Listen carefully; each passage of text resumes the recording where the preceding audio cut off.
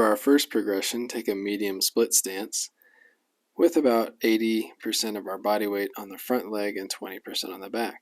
We want to rotate through the involved hip, keeping our knee directly over our ankle, not allowing it to collapse inward or outward during this exercise.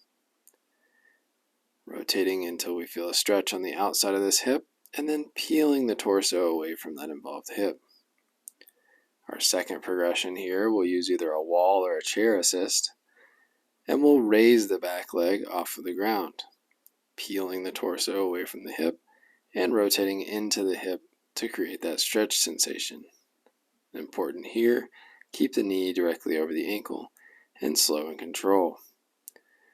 The third progression is a single leg hip airplane. As we perform the same exercise, keeping the body supported with just the affected leg.